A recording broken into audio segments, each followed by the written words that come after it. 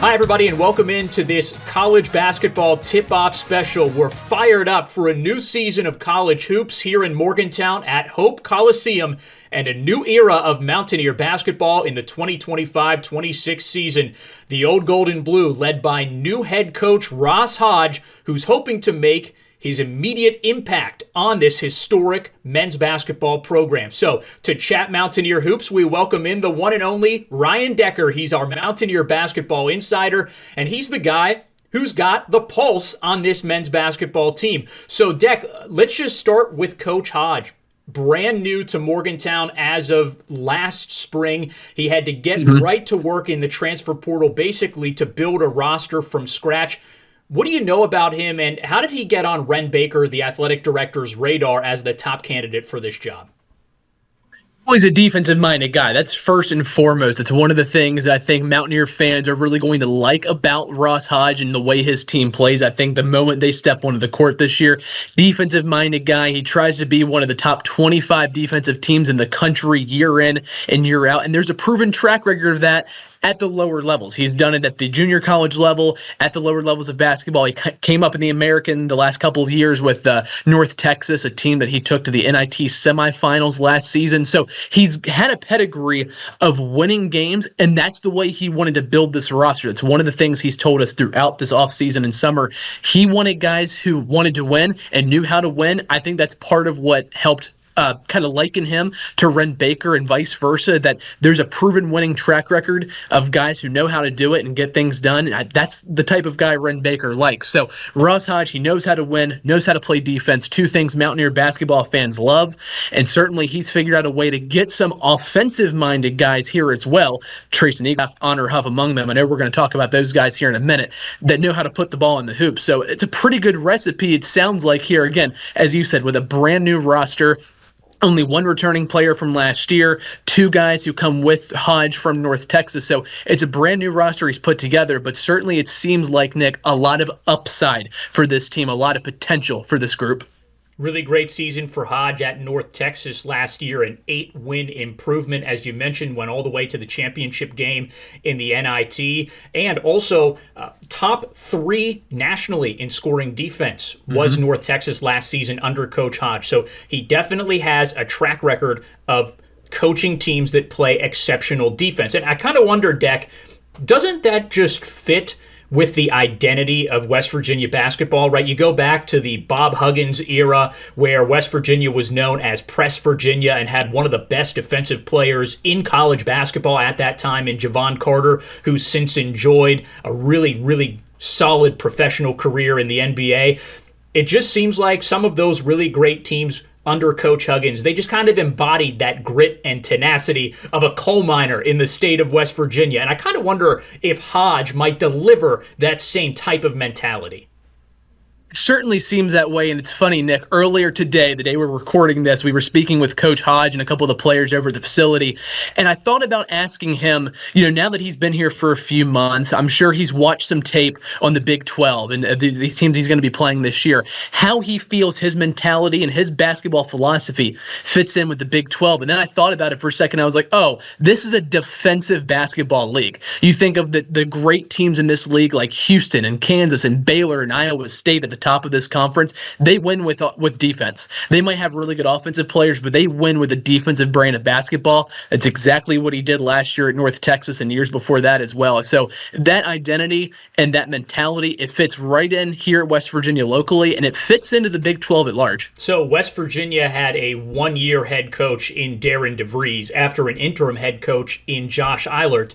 And so there was a theme for DeVries. He had to basically rebuild the roster from scratch, and that is again the case for Hodge, who has had to attack the transfer portal from the moment that he got on campus. And while his roster does have a handful of true freshmen who could be promising talents at some point in their West Virginia career, whether it's this year or beyond, the core of this roster was built through the transfer portal. So Ryan, can you introduce us to some of the guys who could be the key players in this first season under Hodge?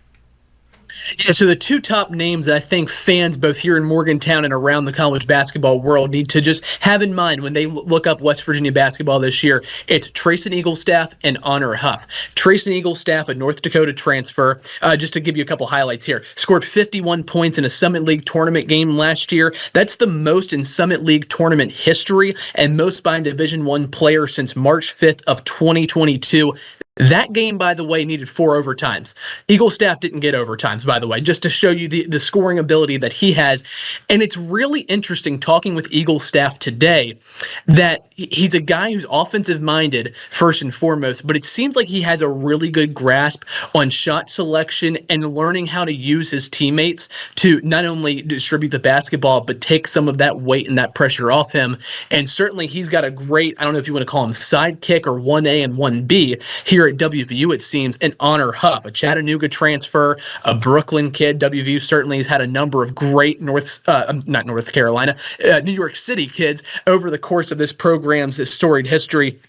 Honor Huff, the nation's leader in three-pointers last year, also the nation's leader in minutes played a season ago with Chattanooga, averaging 15.2 points per game, by the way. So those two are going to be the Batman and Robin, the leaders of this team, it seems like, offensively. But Honor Huff has talked about in the past wanting to increase his defensive prowess. You could tell today that was an emphasis to a degree for Trayson Eaglestaff as well. Both of these guys understand that if they want to play at the highest level of basketball, and Trayson Eaglestaff got that opportunity to a degree over the summer when he had a chance encounter with Toby Oconee, a former Mountaineer, in the NBA draft combine process, that they understand if they want to play at that level, they're going to have to put themselves to work on the defensive end. So they've got a good coach in Ross Hodge to do that. But those are the two guys that Hodge brought in to be the leading scorers of this team. And at one point, I think it was about 2 weeks ago, Hodge told us if they see the rim, they can shoot it. That's the kind of green light these two guys have. Hodge called it a gravitational pull that Huff and Trayson Eaglestaff have, bringing defenders toward them that can only open things up both for the other player and also for the other three on the court. Those are the big two, Nick. Yeah, the prospect of those guys playing together for WVU and getting a shot at the Power 4 level just seems like a really, really great thing to think about if you're a West Virginia fan, right? You mentioned Eaglestaff previously played at North Dakota, Huff at Chattanooga. Can they be those guys that go from a mid-major program to a high-major program and really make an impact? There have been a ton of stories like that over the course of the transfer portal era. If you look at football, if you look at men's and women's basketball, right, there are success stories, and maybe those guys in year one under Coach Hodge could do that. Now, whether you're watching this as a West Virginia fan, a fan of the Big 12 Conference, or just a fan of college basketball in general, it's not just those two guys who are new for this West Virginia team. In fact, the only guy who's back from last year's roster under Coach Darren DeVries is Abraham Oyedir, the 6'9 center who didn't even play a regular season game for WVU, right? So 0 starts coming back this season. So it's going to have to be more than just Eaglestaff and Huff. And a couple of guys that you might also keep an eye on are Brennan Lorient and Jasper Floyd. It's easy to keep those two guys on your radar for one reason: they wear 0 and 1, right? But also, they came with Hodge from North Texas. Lorient is 6'9 forward, is a guy who could be an impact player right away and has a super interesting story. He played for Dusty May at Florida Atlantic before he came to WVU, was on that Final Four team.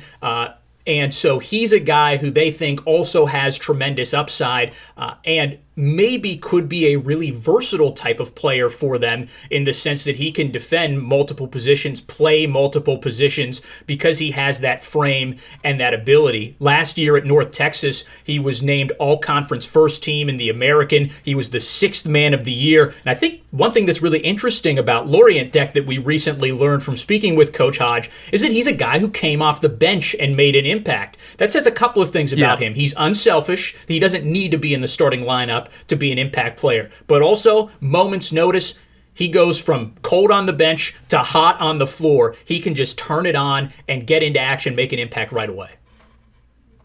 You're exactly right. And so the other thing we learned about Lorient when we spoke with Coach Hodge is that he is going to be a starter likely this season. And Hodge told us that he's a guy as a coach who pretty consistently likes to have that same starting five throughout the year. There's always circumstances that could change that, whether it's injuries or whatever the case may be, but he likes to have that consistent starting five throughout the year. So it sounds like Lorient, after having a great year last year, coming off the bench, being that sixth man of the year for North Texas, has propelled himself into a starting five.